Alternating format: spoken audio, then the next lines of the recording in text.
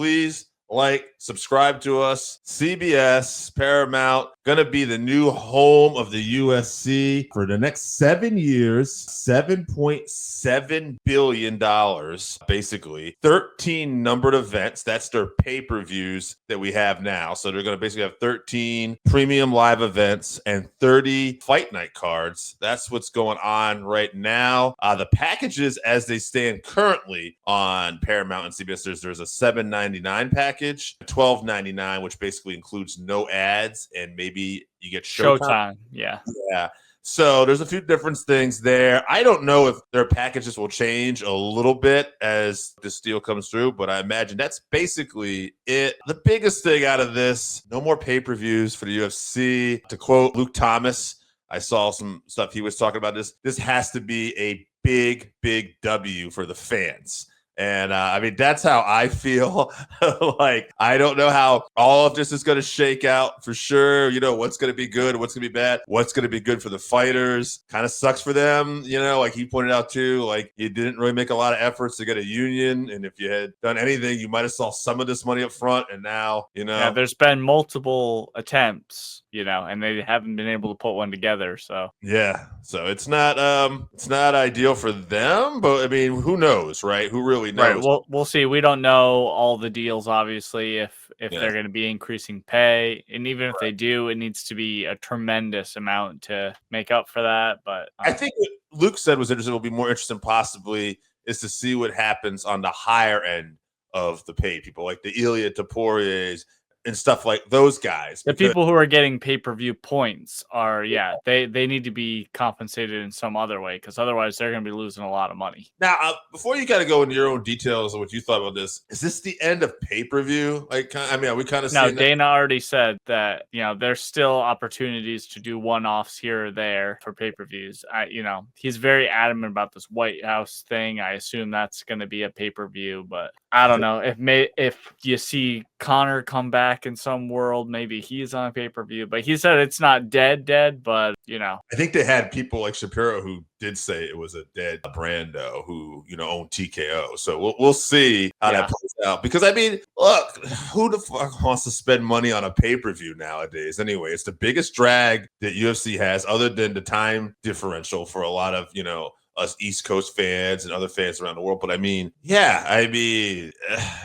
just getting it in a one bundle package, I have a hard time picturing, once people get into this, that they're going to want to go back to pay-per-views. I just don't see it. But anyway, I don't know. I'm excited about this. It does make me not kind of want to rent some of the pay-per-views coming up, though, because I'm or at least be a little more, choosy, which I was already starting to be. But I'm like, okay, well, a couple more months, Anyway, I'm excited about this weekend's card. But what were your thoughts overall about this? I want to see what's going to happen with fighter pay. Obviously, for them, it's potentially bad news. I mean, you get a lot more exposure, which is good for making money outside of the UFC. But as a career inside the UFC, will you be making a significant amount of that? They're getting $1 billion a year, basically. Are they going to see any sort of increase for that? We don't know, based on previous dealings of the UFC and fighters' lack of ability to unionize or form any sort of cohesive group.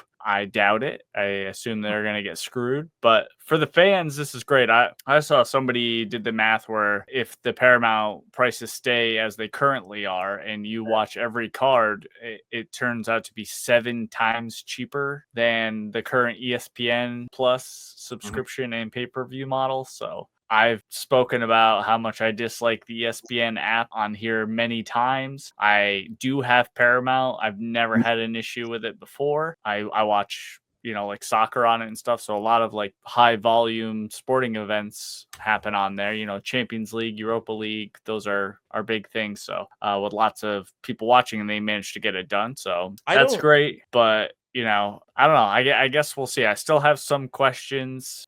Like I said, mostly fighter pay. I'm not sure about, but I don't think that we'll see, even in situations like, say, if they get a Conor McGregor or a John Jones, we're going to see them on pay per view. Because my hunch is they also said some of these numbered events, if are going to be on CBS, maybe yeah. simulcast. So my hunch is if they get a Conor or a Jones, which they might put even more money into getting them now, with all this money. You Who think knows? so? Possible, because I think. Well, here's what this is a who knows. But I think CBS and Paramount, someone else I heard was doing the math here, like this deal that they're paying them is actually worth more than what Paramount and CBS is currently worth. Like the streaming. Luke Thomas talked about that. Yeah. Somebody corrected him, but when you look at it at a cursory level, yeah, it's more money than they're worth like on the stock market or something, but that's not their total worth. That makes sense. Yeah. But my point is, I would just see, there's going to be some people who maybe get involved in this, and they're going to try to really build this thing up and get people here. So I just have a feeling that some back end deals might be getting made and whatever to get bigger stars in the beginning. Like I think first few months, especially, look for some big cards and some big names that probably pop up. And I could be wrong. Dana's notorious for doing whatever he wants. And you're looking at this from like optimistic situation or perspective. I'm looking at it like, oh, there's no pay-per-views, so there's no real incentive to build a good card. We're just going to get more and more watered down, awful cards. That could happen as time went on. I just think in the beginning they're going to be, they're going to try to put their best foot forward here.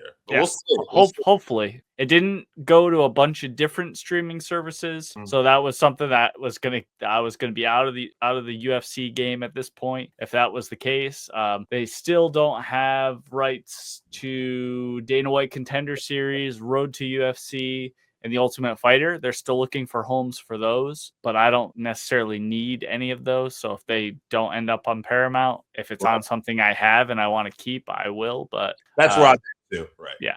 This is all good news for me. I'm going to save a lot more money. I'm going to get rid of Disney, Hulu, ESPN bundle, and I'm going to stop paying whatever that is a month for those three. So going to save your boy a lot more money. A lot of fans are going to be happy with this, but I'm hoping down the line we're not going to be getting screwed. Well, yeah, we shall see. We shall see. Time will be the big tell. We'll see you back here next week to talk about the fights.